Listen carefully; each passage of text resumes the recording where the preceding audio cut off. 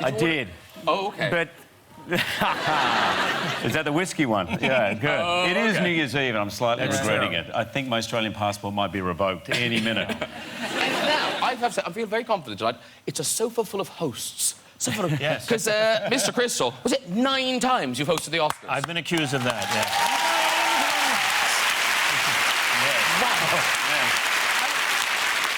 I've read where, as you travel the world, kind of that's what you recognise even more than the movies you've been in. A lot of times, yeah, they'll call me Oscar. They actually will call me Oscar. I have to stand like this. Because, Hugh, you've done it once. Once, yeah. But can you enjoy it, or is the whole evening just spent, oh, my God? Yeah, you know, the worst thing about it, I don't know if you found this, when I went for my first production meeting, they said, great, Hugh, we're very excited, and they gave me a one-sheet page to talk about the show. It had segment 1, Hugh Jackman, opening, 7/8 minutes, question mark. Commercial break 1. Segment 2, I'm like, OK, can we just stop there for a second? What do I do in those 7-8 minutes? Don't worry, it's up to you. And I was like, OK, I'm not, you know, I'm not Billy Crystal, right? That's what And when I'd sort of sorted out the first 7-8 minutes, then I kind of enjoyed it. And It's daunting when you walk out and you see... This is a great audience, but imagine that it's all gigantic movie stars with big heads. Right. Because they all have big heads. They have Meryl Streep, gigantic head. Jack Nicholson, all head. Everyone's got huge heads. They do. Did you have a... cross my mind. It's true. Movie stars have big heads. Yeah. You know, all the way back to Jimmy Cagney. Chaplin had a huge head. Tiny body, gigantic head. The camera sucks it up. This big head. Can I just say, how did you fill that 7 or 8 minutes? Well, I did a song. I did a bit of a song on a card trick. But I'll never forget. It was Valdez, the stage manager, and he was like, Hugh, you're on in 30 seconds. And it's 1 billion people you're about to go out. Exactly what he said to me. He goes, you're on in 25, there's 1 billion people out there. Good luck. You hosted... Was it New Year's Eve you hosted in Australia? Oh, my God, I don't believe you know that. The first thing I hosted... This was back when I would do anything for money. I was asked to host the Australian New Year's Eve fireworks special. I was like, fantastic, $3,000, I'm in. So I went and I hosted. It's this act, Kylie Minogue singing, blah, blah, blah, doing all this stuff. And, of course, the centrepiece of New Year's Eve is the fireworks show. Yeah. And they said, now, this is the most difficult. You've got 45 minutes and you have to commentate the fireworks. And I was like... I said, I know nothing about fireworks. And they said, don't worry, there's 4 pages of notes here, you know, there's 120,000 tonnes of dynamite, there's 5 barges, you'll be fine, just go for it. So fine, we go through the show, and all of a sudden, Kylie puts the detonator, the fireworks start, and the producer goes, and go. And I said... And I look over at the guy. And, by the way, the entire crew are drunk. Everyone's drunk. Right? New Year's Eve, they're not missing out on the fun. He's got the notes and his lighter. And he just lights it. Up in smoke. 45 minutes. And I'm looking at a monitor. The colours are extraordinary. I can't believe just the explosiveness. The worst 45 minutes of my life. That's why I turned that down.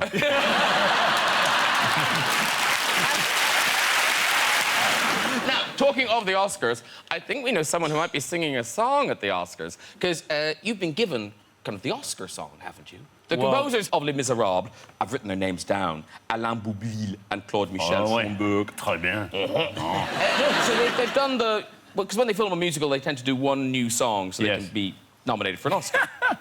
You see, you're very cynical. No, it was very important for the story. And My bad. But you'll get to sing it at the Oscars, won't you? Fingers crossed. We'll see. Wow. And the movie, it doesn't come into theatres till January the 11th, but I've been lucky enough to see it, and it is just stunning. Thank you. You guys must be over the moon with this thing. It's just fabulous. You know, it's a big risk. Musicals are not done very often. Big musicals even less. And you know, it's the role of a lifetime. I'm a big Les Mis fan. And all of us just felt really blessed to be in it, really. And so, you know, I'm very grateful they did it. Thank God they waited 27 years. I would have been very unconvincing as an 18-year-old Valjean. So, but, you know, it's definitely the role of a lifetime. Yeah. I think the fascinating thing about the movie is they sang live. Yeah. It wasn't a pre-recorded tracks. Yeah. They sang to a piano accompaniment, right, in an earwig. So you're getting a real performance. You know, Yeah, when am I I know, plugging really this movie Thank you, for? man. Thank you. No, but I thought it was amazing that it was. Hugh Jackman's incredible. That Hugh Jackman is so incredible in it. Because he. It's true. It's true. It's a true ensemble piece. It's a true ensemble piece, but Hugh shines in it.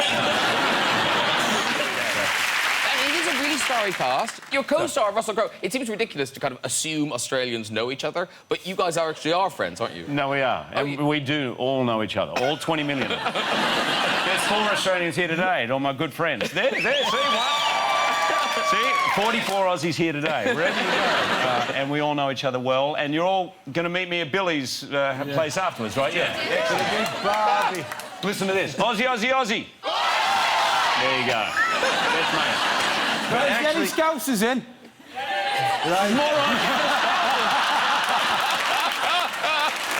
We travel. No one's from the Bronx, I guess. Yeah. You're alone.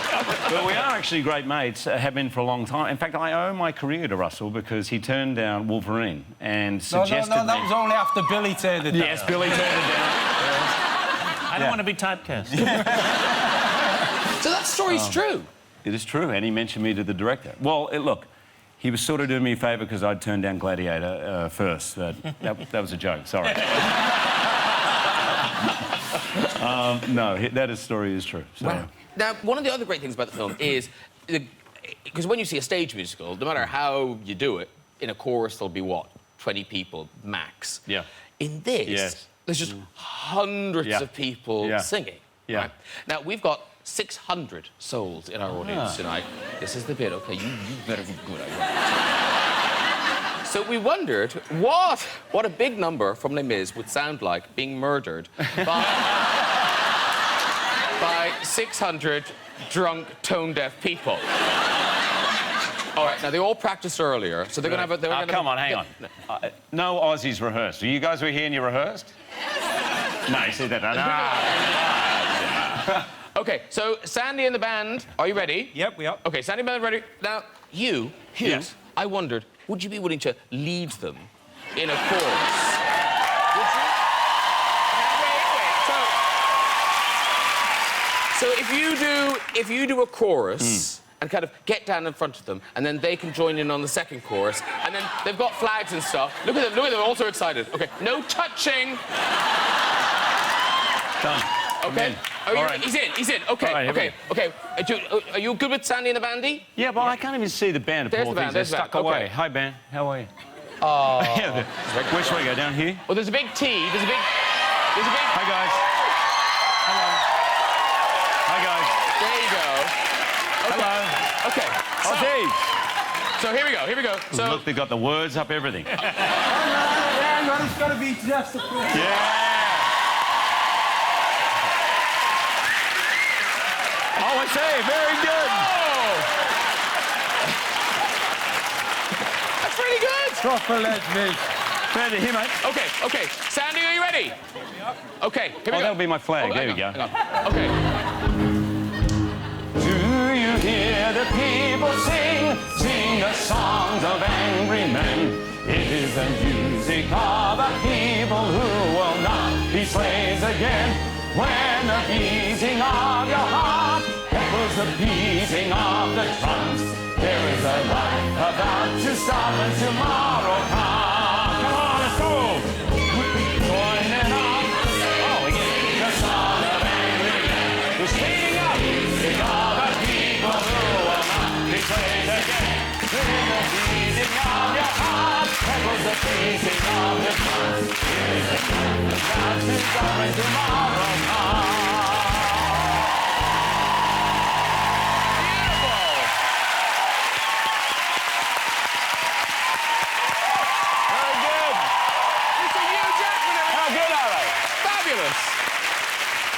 Thank you so much for doing that. You've made their lives. Smells a bear. Smells a bear. Very good. Thank you so much. It's beautiful. Incredible. Aww. You'll remember 2012 now, won't you? Yeah. Yes, I've sung with Hugh Jackman, actually. Yes, I have. Yeah, it was quite good. It was quite good. Because, Mary, Yes. if you look to your left, I'd love to look. you'll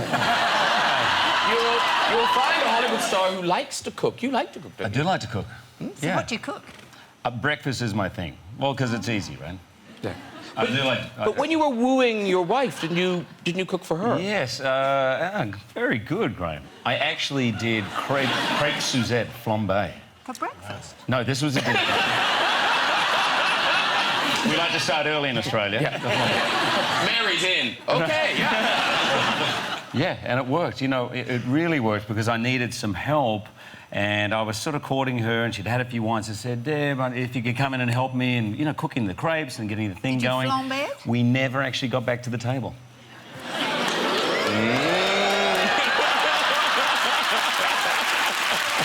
But I did flambe it at about 11 o'clock. No, sorry. There's no way you're Australian. An Australian man doesn't do that. He goes, come here, Sheila. No, but I have to say, Mary and Paul, the amount of innuendo when you're tasting, you know, things like soggy bottoms and, oh, it's so moist and it lingers and all that sort of stuff. So what we've done is we've got some genuine lines. These genuine lines that Paul and Mary said on the show. It's from a meringue masterclass and various other bits and pieces. So if we read it out, Billy, if you want to be Paul, these are Paul's lines. And Hugh, if you want to be Mary, Sure. you be Mary. And Sure. so you've got your lines there. Now let's just sex it up a bit. Sandy in the band, are you still there? Yep. Okay. So if you kick in with some kind of, you know, sexy music. All right. Go you, yeah. So first of all, squeeze your bag. Is it trickling down?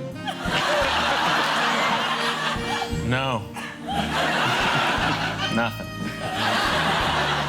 Did you give it a bit of a shake?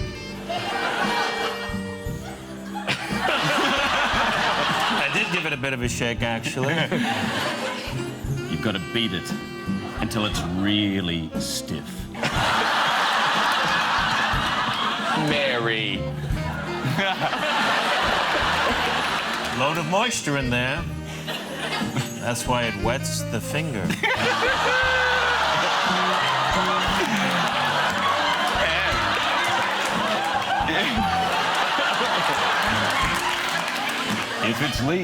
If it's leaked, you will get wet.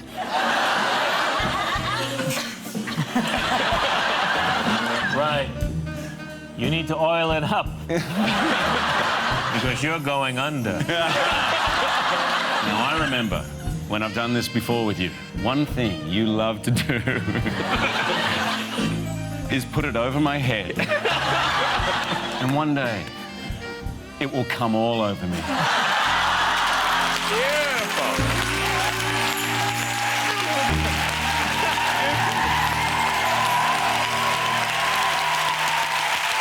Very good.